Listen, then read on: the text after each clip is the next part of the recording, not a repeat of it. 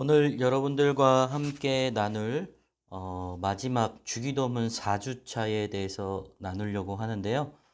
리더 양육 9주차입니다. 마지막 이제 주기도문에 대해서 우리를 위한 청원과 송영에 대해서 함께 나눌 텐데요. 먼저 이번에 함께 나눌 그 기도의 문장은 우리를 시험에 들게 하지 마옵시며 다만 악에서 구하시옵소서라는 말씀입니다. 여러분들은 학창 시절에 가장 싫어했던 과목이 무엇이었나요? 저는 수학이 참 싫어했는데요. 왜냐하면 점점 학년이 거듭할수록 또 중학교에서 고등학교로 거듭할수록 참 수학은 저에겐 참 어려운 과목이었던 것 같아요. 잘 이해가 되지도 않고 좀 어려운 부분이었던 것 같습니다. 그래서 늘 수학 때문에 점수가 안 나와서 참 힘들고 어려웠던 시간들이 있었는데 지금도 좀 마음에 부담이 되는 과목 중에 하나입니다. 또 인생에서 제가 치렀던 가장 어려운 시험 중에 하나는 무엇이냐면 제가 좀 집안이 어려웠기 때문에 사실 돈을 벌어야 되는 그런 좀 일들이 필요했습니다. 그래서 사실 군대를 가기보다는 방위산업체라는 일을 하면서 돈을 벌고 또 일을 하면서 군복무를 마치는 그런 제도가 있었어요. 근데 그 제도에 들어가기 위해서는 사실 자격증이 필요했습니다.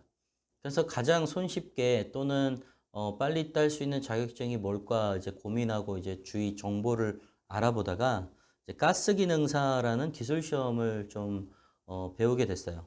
그래서 일단 필기 같은 경우에는 뭐 그렇게 어렵지 않게 70점의 커트라인을 넘기면 붙을 수 있었기 때문에 1차 필기 시험은 잘 넘어갔고요. 이 가스 용접기사의 이 실기 부분이 소위 말해 어떻게 용접을 잘 하는지에 대해서 실기로 시간 안에 해야 되는데 그 부분이 저한테는 굉장히 어려웠던 것 같아요. 제가 기술적으로 해본 적도 없고 또 어려운 부분이 있다 보니까 그 부분이 좀 어려웠던 것 같습니다. 그래서 참 학창 시절이나 또 인생에서 어려웠던 시간들을 생각하면 참 아직도 좀 기억에 남는 부분들이 있다라는 거죠. 우리가 인생에서 시험에 세 가지 종류가 있다라고 하는데요. 처음에는 유혹입니다. temptation인데 첫째 우리가 욕심으로 인해 유혹을 받는 이 유혹의 temptation이 있습니다. 그래서 야고보서 1장 15절은 욕심이 잉태한즉 죄를 낳고 죄가 장성한즉 사망을 낳느니라 라고 말씀합니다. 결국 우리의 욕심으로 인해서 죄를 낳을 뿐만 아니라 그 죄가 점점 자라서 사망에 이르게 된다라고 유혹에 대해서 분명하게 이야기하고 있습니다. 두 번째는 테스트인데요. 이 하나님께 연단을 받는 테스트가 있습니다.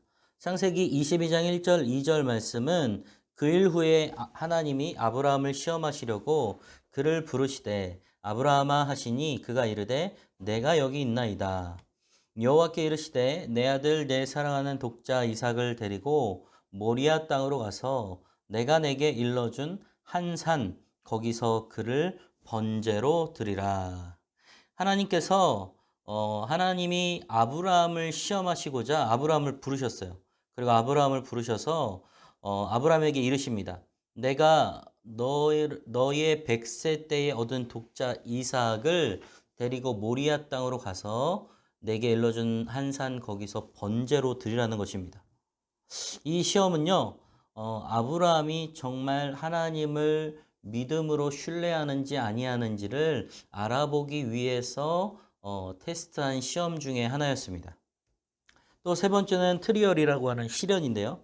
욥기 1장 8절에서 12절 말씀은 여호와께서 사탄에게 이르시되 내가 내 종 욥을 주의하여 보았느냐 그와 같이 온전하고 정직하여 하나님을 경외하여 악에서 떠난 자는 세상에 없느니라. 사탄이 여호와께 대답하여 이르되 욥이 어찌 까닭없이 하나님을 경외하리이까. 주께서 그와 그 집과 그의 모든 소유물을 울타리로 두르심 때문이 아니니까. 주께서 그의 손으로 하는 바를 복되게 하사 그의 소유물이 땅에 넘치게 하셨음이니이다. 이제 주의 손을 펴사 그의 모든 소유물을 치소서 그리하시면 틀림없이 주를 향하여 욕하지 않겠나이까. 여호와께서 사탄에게 이르시되 내가 그의 소유물을 다 내 손에 맡기노라. 다만 그의 몸에는 내 손을 대지 말지니라. 사탄이 곧 여호와 앞에서 물러가니라. 사탄이 하나님과 대화를 나누고 있습니다. 그 대화를 나누고 있는 주제의 사람은 바로 욥이었습니다. 욥을 주위에서 보았냐? 그와 같이 온전하고 정직해서 나를 경외하며 악에서 떠난 자가 없다 라고 이야기했더니 사탄이 까닭없이 그러지 않는다라는 거예요. 그래서 그의 소유물을 하나님께서 갖게 하셨는데 그것을 치면 반드시 주님을 욕하게 되어 있다. 그래서 여호와가 사탄에게 이르시되 그의 소유물을 맡기고 다만 그의 몸에는 손을 대지 말라고 말씀하십니다. 결국 이런 믿음의 시련이 주는 유익이 있는데요. 야고보서 1장 3절은 이는 너희 믿음의 시련이 인내를 만들어내는 줄 너희가 암이라. 믿음의 시련은 결국 인내를 만들어냅니다. 우리의 삶에 있어서 참아내고 인내를 통해 우리는 단련되어져 간다라는 것이죠. 사람은 시험을 당할 때 자신의 욕심과 탐욕과 정욕으로 인해서 많이 넘어지게 되어 있습니다. 성경은 이 세 가지를 조심하라고 말씀하는데요. 요한일서 2장 15절 17절 말씀은 이 세상이나 세상에 있는 것들을 사랑하지 말라. 누구든지 세상을 사랑하면 아버지의 사랑이 그 안에 있지 아니하니 이는 세상에 있는 모든 것이 육신의 정욕과 안목의 정욕과 이생의 자랑이니 다 아버지께로부터 온 것이 아니요 세상으로부터 온 것이라. 이 세상도 그 정욕도 지나가되 오직 하나님의 뜻을 행하는 자는 영원히 거하느니라. 결국 육신의 정욕과 안목의 정욕, 이생의 자랑입니다. 이 세 가지 중에 우리에게 가장 약한 것이 무엇인지 여러분도 점검해 보아야 할 필요가 있습니다. 그래서 이러한 것으로부터 죄를 범하지 않도록 여러분들이 애를 써야 한다라는 것입니다. 결국 시험과 유혹을 당하지 않으려면 우리는 어떻게 해야 될까요? 예를 들어서 우리가 술의 유혹을 당하지 않기 위해서는 어떻게 해야 될까요?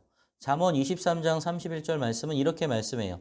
포도주는 붉고 잔에서 번쩍이며 순하게 내려가나니 너는 그것을 보지도 말지어다. 그러니까 술을 보면서 안 마셔야지 하는 것이 아니라 술 자체를 보지도 않고 멀리 해야 한다라는 거예요. 그러니까 술의 유혹을 피하라는 것이죠. 마치 요셉이 그 군대 장관 아내가 자기와 동침하자라고 유혹할 때 그는 그 자리를 피해버립니다. 그런 것처럼 우리는 유혹의 앞에 뭐든지 맞서서 이길 생각을 하기보다는 피해야 한다라는 것이죠. 그래서 우리는 때로는 하나님이 우리에게 고통과 고난을 당하게 하신다고 생각을 할 때가 있다라는 거죠. 하나님이 우리를 향해 어떤 뜻을 가지고 계실까요? 예레미야 29장 11절 말씀은 여호와의 말씀이니라 너희를 향한 나의 생각을 안 하니 평안이요 재앙이 아니니라 너희에게 미래와 희망을 주는 것이니라. 그러니까 우리를 향한 하나님의 뜻은요. 온전히 재앙이 아니라 평안이라고 분명하게 말씀하고 있는 것입니다. 그래서 하나님은 우리가 감당할 수 없는 시험을 감당할 만한 힘을 주시게 되어 있다라는 것이죠. 고린도전서 10장 13절 말씀은 사람이 감당할 시험 밖에는 너희가 당한 것이 없나니 오직 하나님은 미쁘사 너희가 감당하지 못할 시험 당함을 허락하지 아니하시고 시험 당할 즈음에 또한 피할 길을 내사 너희로 능히 감당하게 하시느니라. 결국 우리에게 피할 길도 주시고 능히 감당할 힘도 주신다라고 분명하게 시험에 대해서 말씀하고 있습니다. 시험이 우리에게 아주 불필요하거나 불편한 것만 아닙니다. 우리가 고난당하는 것에도 분명한 유익이 있어요. 시편 119편 71절 말씀은 고난당한 것이 내게 유익이라 이로 말미암아 내가 주의 율례들을 배우게 되었나이다. 그러니까 고난당한 것으로 우리가 주님의 법도와 율례를 배울 수 있었다라는 것이죠. 어떤 고난을 통해 주님께 우리가 더 나아가게 되는 것처럼 그 고난은 오히려 하나님을 찾게 되는 좋은 축복의 통로가 될 수 있다라는 것입니다. 사람이 고통과 고난을 당하게 되면 하나님은 방관하지 않으십니다. 우리를 어떻게 도우실까요? 이사야 41장 10절 말씀은 두려워하지 말라 내가 너와 함께함이라 놀라지 말라 나는 내 하나님이 됨이라 내가 너를 굳세게 하리라 참으로 너를 도와주리라 참으로 나의 의로운 오른손으로 너를 붙들리라. 그러니까 주님의 강하고 의로운 오른손으로 우리를 꼭 붙들어 주신다라고 분명히 말씀하고 계십니다. 또 이사야 43장 1절에서 2절 말씀은 야곱아 너를 창조하신 여호와께서 지금 말씀하시니라 이스라엘아 너를 지으신 이가 말씀하시느니라 너는 두려워하지 말라 내가 너를 구속하였고 내가 너를 지명하여 불렀나니 너는 내 것이라 내가 물 가운데로 지날 때에 내가 너와 함께 할 것이라 강을 건널 때에 물이 너를 침몰하지 못할 것이며 내가 불 가운데로 지날 때에 타지도 아니할 것이요 불꽃이 너를 사르지도 못하리니 라고 말씀합니다. 결국 그 어떤 물과 불이 우리를 침몰시키지 못하도록 우리를 지켜주시고 보호하신다라고 말씀하십니다. 히브리서 1장 14절 말씀은 모든 천사들은 섬기는 영으로 구원받을 상속자들을 위하여 섬기라고 보내심이 아니냐. 결국 천사들을 보내셔서 우리를 보호해 주신다라고 말씀하십니다. 우리가 공경에 빠졌을 때 또 심각한 질병에 걸렸을 때 우리는 과연 그러면 어떻게 해야 될까요?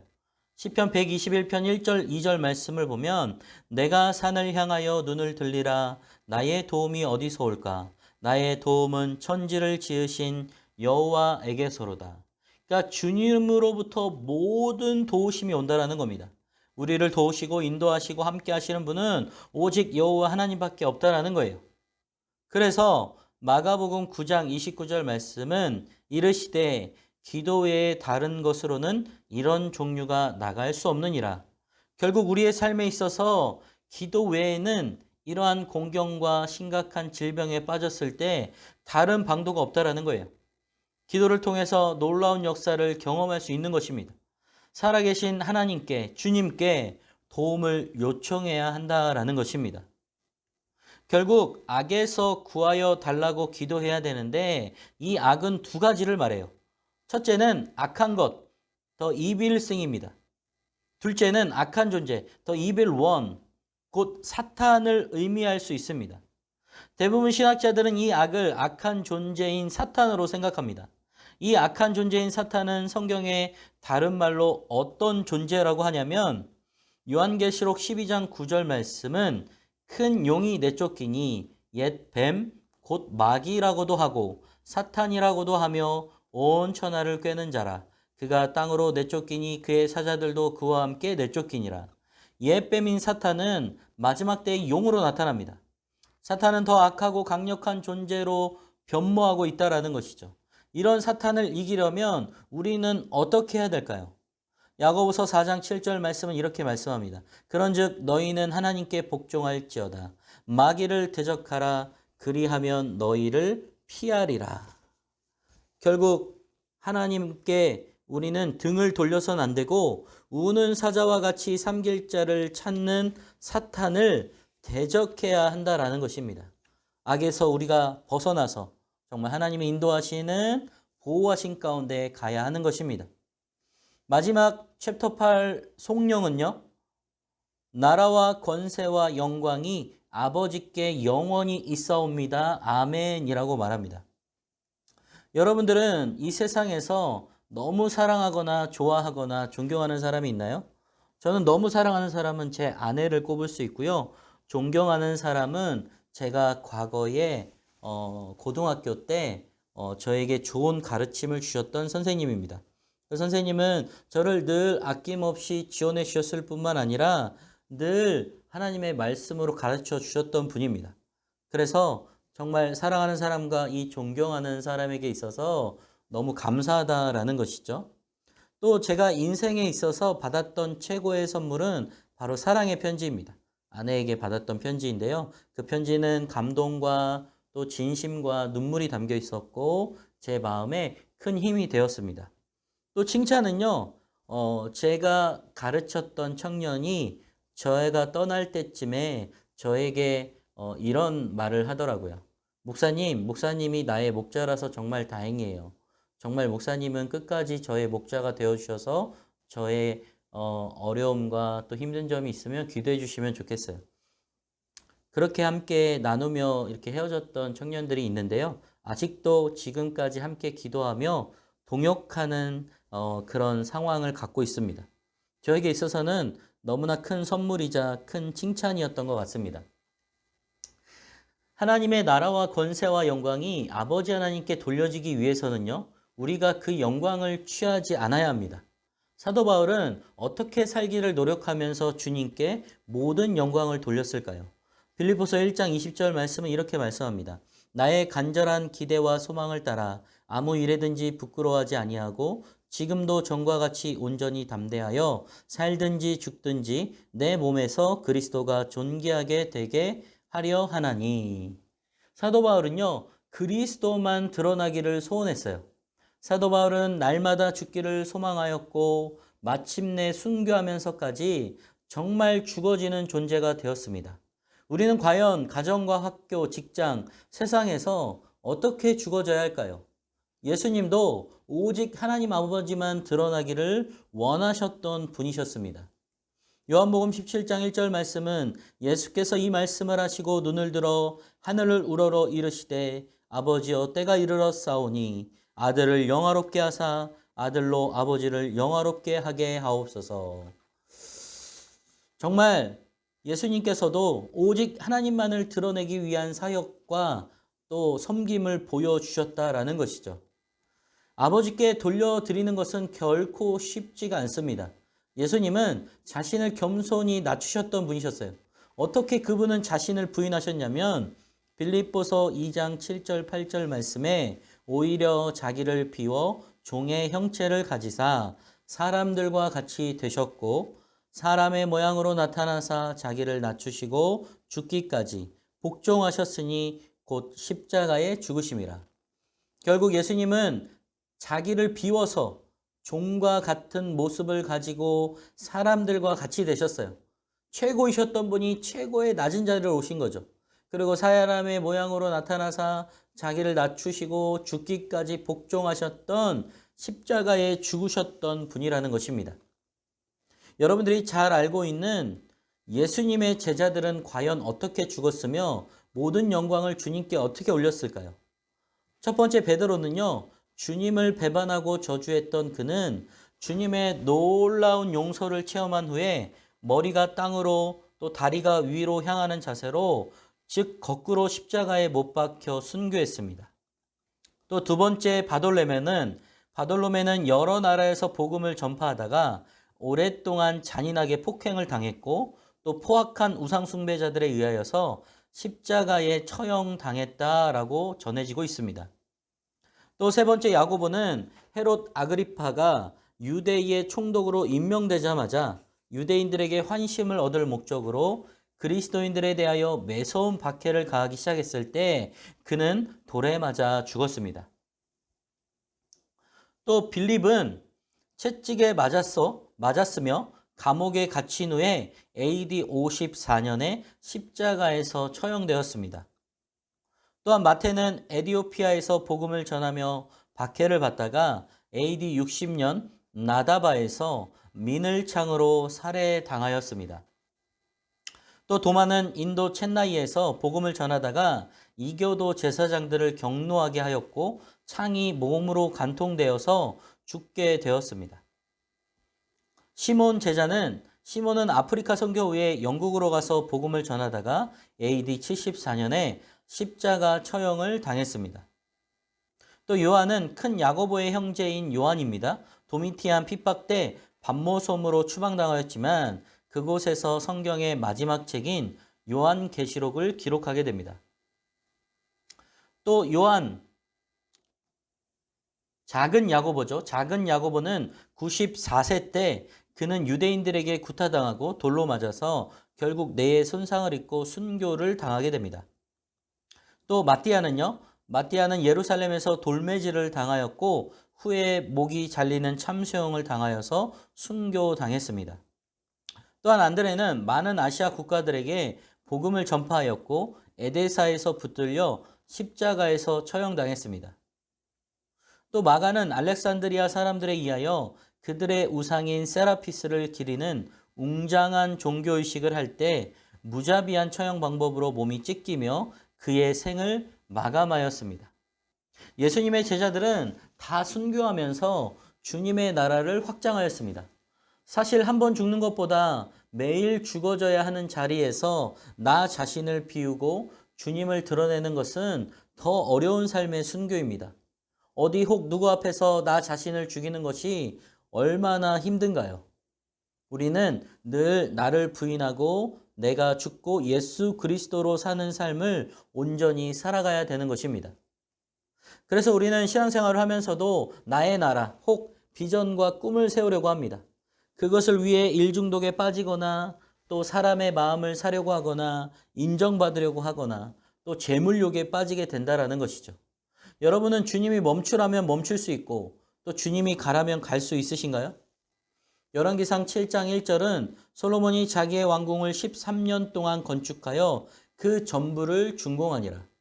하나님의 전을 짓는 데는 7년밖에 걸리지 않았는데 자신이 왕국을 세우는데 13년이라는 세월을 소비하였습니다. 자신의 궁을 짓는 데는 더 많은 시간과 재물을 사용했다라는 것이죠.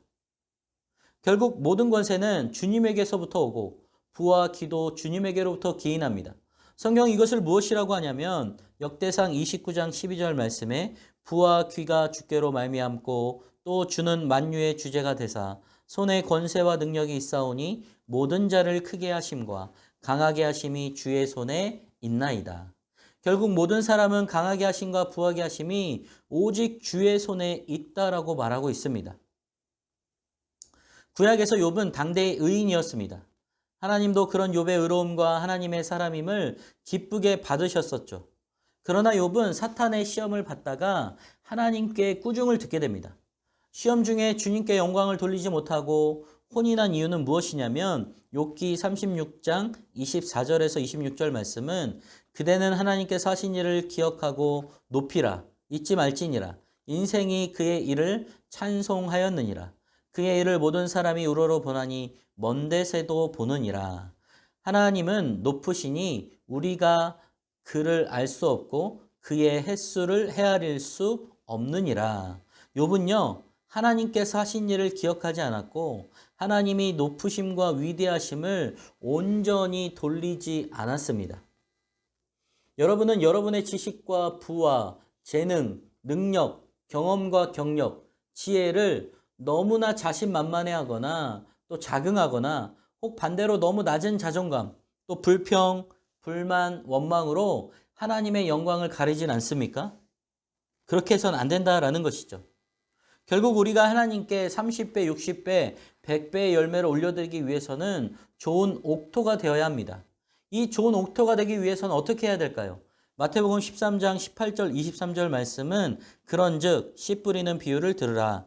아무나 천국 말씀을 듣고 깨닫지 못할 때는 악한 자가 와서 그 마음에 뿌려진 것을 빼앗나니 이는 곧 길가에 뿌려진 자요 돌밭에 뿌려졌다는 것은 말씀을 듣고 즉시 기쁨으로 받되 그 속에 뿌리가 없어 잠시 견디다가 말씀으로 말미암아 환난이나 박해가 일어날 때에는 곧 넘어지는 자요.